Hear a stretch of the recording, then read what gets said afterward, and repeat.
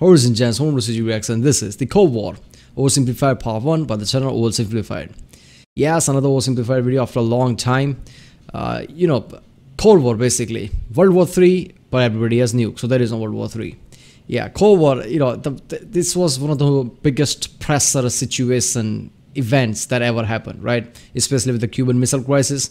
US has nukes in Turkey to threaten Soviet Union.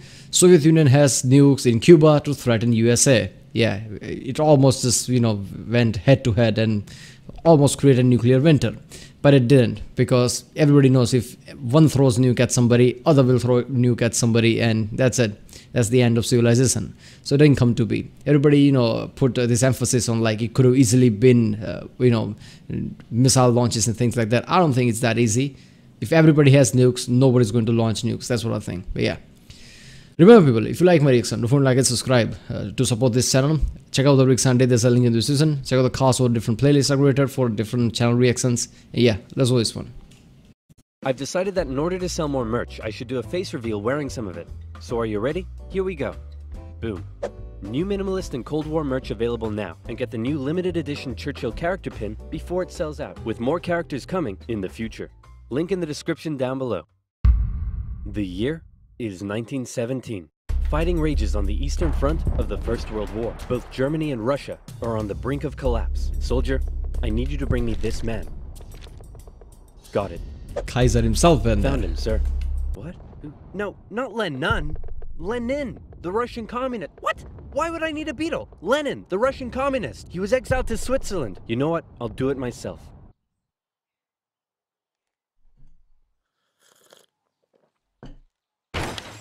Who wants to start a revolution?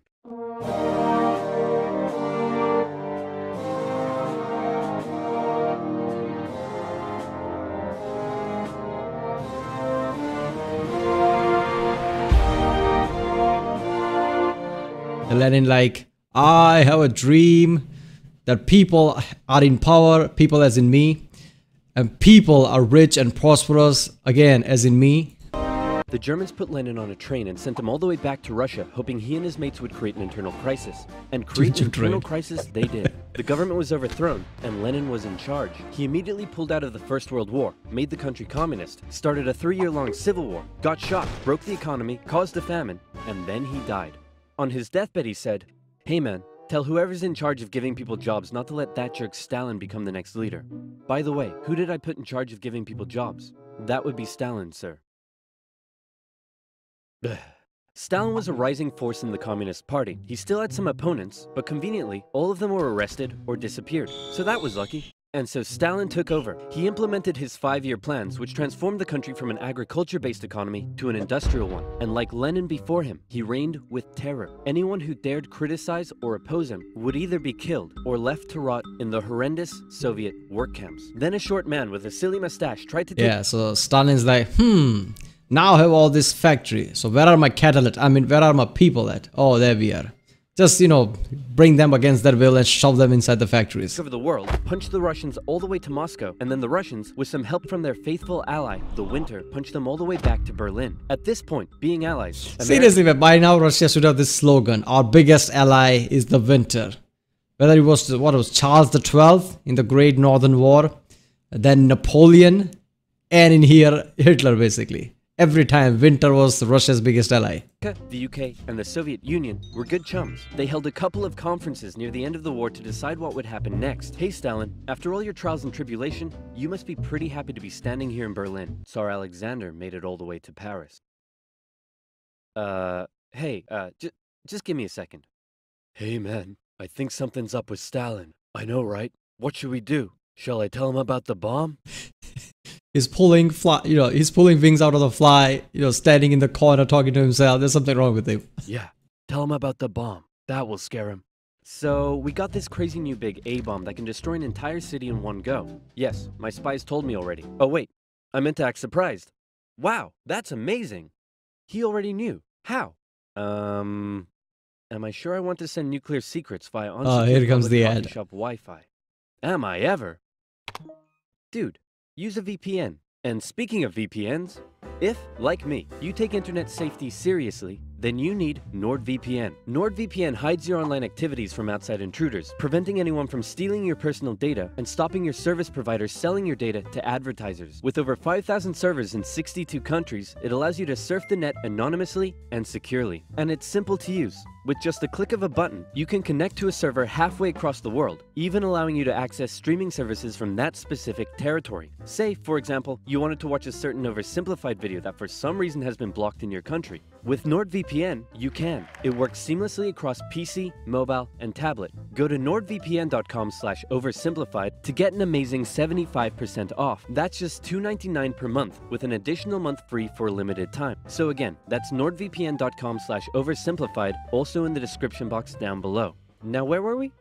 Oh yeah. Does the A stand for atomic or ass? Then America dropped their big A-bomb on Japan. Probably World War ass. II officially came to an end. Hooray, we won! Okay, so now it's time to establish the New World Order. Stalin, you're in charge of Eastern Europe. Now, we want you to let them all hold elections. Oh yes, of course, elections. And these elections will be free and fair, right? Oh yes, certainly, free and fair. Definitely free and fair. Communist, That's my middle communist, name. communist, communist, communist, communist. If that's not free and fair, I don't know what is. Throughout Yeah. Eastern Europe, Soviet puppet governments were established. I mean, if the guy believes in ideology of communism, all right, from his perspective, that is free and fair. As a buffer zone between the USSR and the West, with Churchill proclaiming an Iron Curtain had descended across the continent. The relationship between the old allies was deteriorating fast. Over the next few years, the British intervened in the Greek Civil War to prevent a communist takeover. In Turkey, the Russians began demanding more control of Turkey's sea access routes, which prompted the US to send their largest battleship to Turkey for a friendly visit. After World War II, Iran was now occupied by both the Soviets and the British, with an agreement to both pull out once the war was over. The British pulled out. Stalin was like, you know what? I think I might stick around. All in favor of kicking Russia out of Iran? You want to know something? You guys suck. Pressure from the UN forced the Soviets to leave, and with the establishment of NATO, the Soviets had no doubt that the West was out to insert. See, more frightening thing about Soviet Union is it spans around the globe a lot. It touches lots of countries in different parts. So they could expand from any direction. That would be a problem. Circle and destroy them. And America announced the Truman Doctrine, in which they basically said, those guys are not cool, cannot be trusted, and we will do everything we can to prevent the spread of communism around the world. Many As the view Truman this Doctrine. moment as the official declaration of the Cold War. Back in Europe, everyone was living in a post-apocalyptic void brought on by the Second World War. Cities reduced to rubble, not enough food. It was terrible. This is great. The more they suffered, the more likely it is they'll turn to communism. Dude, you're really messed up. What's wrong with you? My father used to punish me severely. America realized what was going on and quickly made a move. Under the Marshall Plan, they sent $12 billion to Western... You know, he should have put animation. The Hitler, you know, Hitler's father punishing Hitler thing that became so famous or oversimplified. He should have similar of the starring in the background going, like he's, you know, remembering or something. Just putting that vision there. Europe for its economic recovery. The countries of Stalin's Eastern Bloc looked on with envy. Hey, Czechoslovakia, you want to come get some economic aid? Yeah, but I have to check with my mom first. Sorry, America. I can't come. This was a full-on economic battle raging between capitalism and communism in Europe. If the Western nations developed faster and better than the East, that would be a defeat for Stalin. So he set up his own rival economic recovery plan, which he called Comecon, and he also set up Cominform, which gave him more political control over the Eastern Bloc. But nowhere did this economic battle rage harder than in the city of Berlin. Caught over 100 miles behind Soviet lines, the city had been divided up between the Allies, Oh, and yeah. the Western segments were still under Western. The infamous airlift, right? That video I saw from the extra credits is something. First of all, West Berlin being in the, you know, more of an allied side, but also covered by the Soviet Union's red, that was just effed up. So, you know, blockades and shit, that was something. in control. East Berliners could travel freely to West Berlin, see the economic prosperity and think, maybe this communism thing ain't so great after all. I'm gonna have fun tonight. You're home late. Oh, Stalin, I was just out with my friends. Friends? You stink of capitalism! You're out engaging in imperialist debauchery again! I swear, Ivan, I can't keep doing this. Stalin wanted the West out, so he said, hey, guess what? I'm blockading all of your supply routes to West Berlin. What are you gonna do about it? I suppose we'll just fly the supplies in.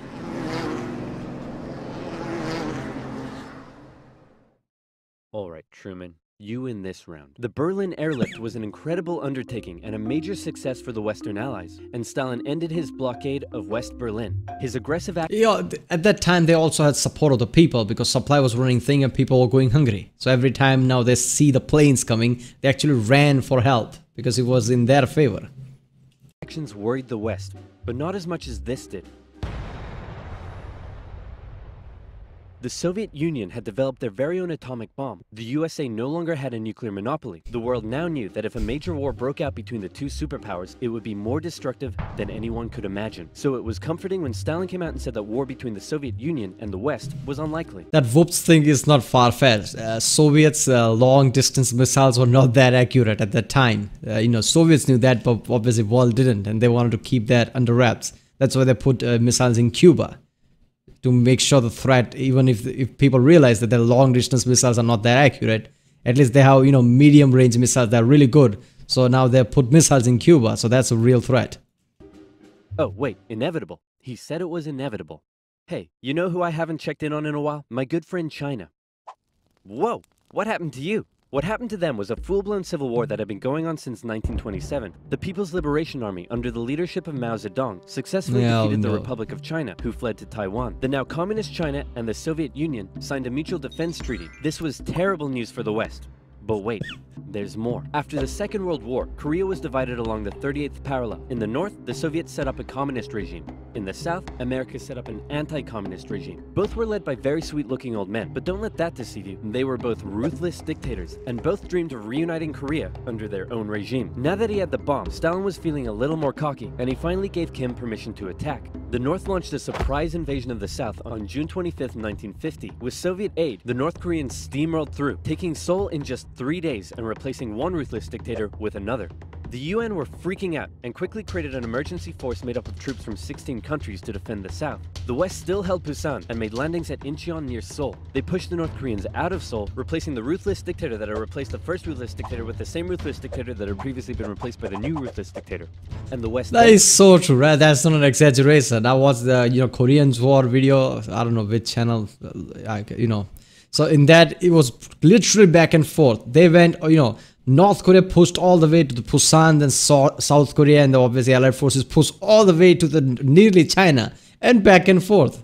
I mean, I've never seen that much of a change ever before. Maybe, losing some mid-ground here and there, all the way down and all the way up, that was something. Continued all the way up the Korean peninsula. At this point, China was getting worried that the UN may just keep going. The US had sent this guy to lead the operation. After winning the Pacific theater of World War II, General Douglas MacArthur's head was big, and his balls were bigger. He reassured President Truman that there was absolutely no way at all that the Chinese would ever get involved. Meanwhile, 500,000 Chinese troops were crossing into Korea. Nuke 'em. No. Nuke 'em. No! Ah, come on! You're fired. The US considered the nuclear option, but now that the Soviets also had the bomb, they didn't want to risk all-out global destruction. The communists pushed the West right back almost to the exact same spot they had all started from, and they ended up in a stalemate, where they remained until both sides finally agreed to work towards a peace settlement in 2018. Back in America, Americans decided they wanted a new president who would be tough on communism, so they elected famed World War II General Eisenhower, who was really hard to draw. It's 1953. Hey Stalin, how you doing? Oh, he's dead. He had a cerebral hemorrhage and his reign of terror kinda came back to bite him in the ass, because he had imprisoned all of his best doctors, and those that were left were too terrified to treat him. The new leader, Nikita Khrushchev, called a meeting and said— The guy was mental, right? I mean, he was, drawing people in the photos and editing them out. Before the, picture editing was even a thing, Photoshop was even a thing. He was editing people out of the frames. He just thought that one of his closest ally could turn against him, and he just kills them. I mean, there is no indication of if they're trying to, cross him or something. No, it's just that he just thinks it could happen, and he kills them. Said, hey guys, you know how Stalin was imprisoning and murdering us all for doing basically nothing? Yeah, he was kind of a jerk. I'm really not sure how this is news to you. Khrushchev went on a campaign of de-Stalinization. Statues of Stalin were taken down, Stalingrad was renamed, and Khrushchev announced that he wanted the Soviet people to be happy and would allow greater freedom in the Soviet Union. So how did that work out? Well, an uprising in East Germany was brutally suppressed, a revolution in Hungary was brutally suppressed, and demonstrations in Poland were brutally suppressed. although he did finally allow some mild reforms. Back in the Soviet Union, he permitted more cultural expression, but then began banning stuff based on his own personal taste. Modern art looks like a child urinated on a canvas. Banned. Jazz music sounds like the feeling of needing to fart. Banned. Your poetry is really depressing. How could anyone in the Soviet Union be depressed? You're banned. Khrushchev wanted the Soviet people to be happy, but not like that, or that, or that. Young people began enjoying abhorrent Western pop culture. Son, remove that disgusting imperialist apparel at once. Shut up, Dad. You can't tell me what to do. Well, would you look at that? Turns out he can tell me what to do. The West had initially liked the cut. Oh, that was a fucked up time, right? I don't know who was telling a story once. The time was so fucked up during that time, suppressant, that people saw their neighbors playing, kids playing, and they're just talking outside one day, another day the entire house was empty, and the government people were just walking around. They never came back because somebody probably just said something like they probably look like spy or something, or they don't feel right, or anything like that. That was some fucked up times, man. Cut of Khrushchev's jib, but world events soon soured relations even more. The two sides were spying on each other a whole lot throughout the Cold War. The KGB had spies and informants in nearly every aspect of Western life and government, so much so that whenever the US tried to send spies into the Soviet Union, the KGB were usually ready to arrest them on the spot. Members of the Manhattan Project aided the Soviet Union in acquiring the bomb. Some American officials believed they were on the wrong side. I'll sell you 3 secrets for $5 million. Okay. Go ahead. The Allies are digging a tunnel under East Berlin to tap your communications. There's an American agent living at this address in Moscow, and sometimes, when I'm home alone, I like to put on my wife's dresses, sit in the corner, and cry for hours. There you go. Very interesting. In America, fear took hold during the Red Scare and the McCarthy trials. American values imploded as fear of communism collided with freedom of thought and expression, and communist kind of became a buzzword thrown around to describe anything people didn't like. Hollywood? Communist. Your next door neighbor's dog? Communist. When the grocery store cashier asks if you need a bag when you clearly can't carry 10 tubs of Baconaise in your hands, communist. But one area in particular where the US had an edge over the Soviet Union was in its espionage technology. In particular, U-2 spy planes. What are you, a commie? Do you even realize what communism even means? You're just saying things, you're a commie based on something that you don't even like. Flew across Russia carrying out surveillance from the skies. There was a nasty incident in 1960 though, when one was shot down and Khrushchev was furious. Who the hell is this? He's a high-altitude weather enthusiast who flew off course. Okay, that sounds plausible. Wait a minute! Why does he have a gun and a poison needle? Because he's a very naughty high-altitude weather enthusiast. But much to America's concern, the Soviet Union appeared to be ahead in the space race. Everyone freaked out when Russia launched the world's first satellite, and then they actually sent a man into space. Even worse, there also appeared to be a missile gap in the Soviets' favor, and Khrushchev was so confident that he even allowed the US to set up a technology exhibit in Moscow, attended by a certain Vice President Richard Nixon. Check this out. We have color TV. Yes, but we've been to space and can obliterate you with our massive nuclear arsenal.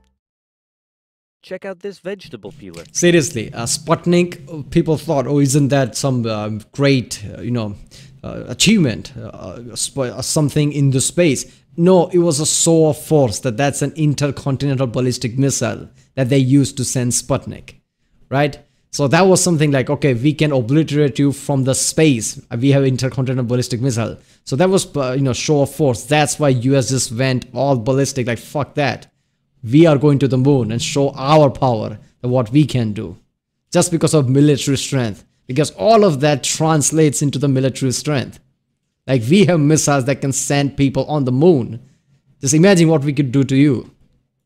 Tensions increased further when both sides upgraded their atomic bombs to hydrogen bombs. And after West Germany was allowed to join NATO in 1955, Khrushchev set up the Defensive Warsaw Pact, strengthening the military ties between the Soviet Union and its satellite states. In 1960, Americans decided they wanted a new president who would be tough on communism, so they elected John F. Kennedy. The Soviet Union was advancing its technology, but it was also bleeding its coffers dry, and all of the money was going towards the military, not the people. Life under communism was still as hard as ever, and Berlin remained a thorn in the Soviet side. The contrast between the economically prosperous West and the struggling East was clearer day by day, and East Berliners were still able to freely travel to the West. Now, many of them were deciding to stay there. Millions defected to West Germany via West Berlin, causing Eastern factories to lose workers and taking a heavy toll on the economy. Soviet leaders decided this couldn't continue any longer. First, Khrushchev tried this: leave West Berlin, or else. Or else what? Or else, I'll be really mad at you.